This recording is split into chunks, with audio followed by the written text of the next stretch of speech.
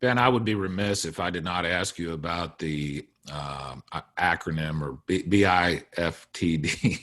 BITFD. Burn it the fuck down. That's that you kind of made that famous, but and that, you know, when you first hear that, it has certain connotations. But explain to us what you mean when you say BIFTD, burn it the fuck down. What are you talking? Burn it the fuck down.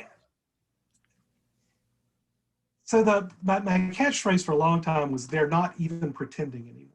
Yeah. And that changed, frankly, with the with Epstein's death in prison, right? And I don't know if it's suicide. I don't know if it was. Here's my point. I don't care.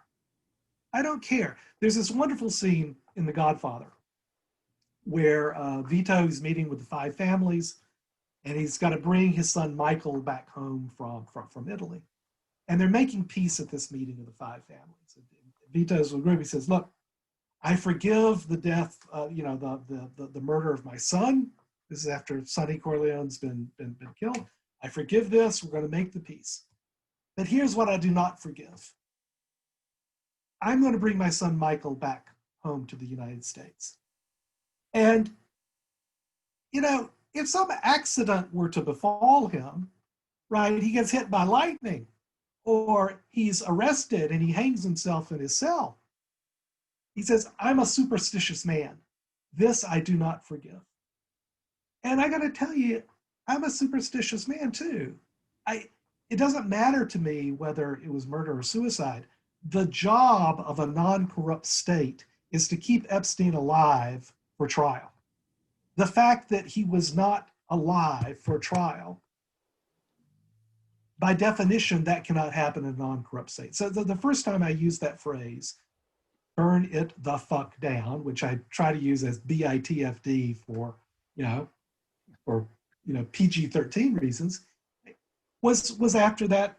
I was really shook by that, by the whole. Can I interject something right there, Yeah, Ben? sure. Because the phrase that I started using after the Epstein deal was, they're doing it right in front of our faces in public. And so that's what I've started saying, like, they're literally doing it right in front of us. And it's gotten to the point now where it's so close to us. Yep.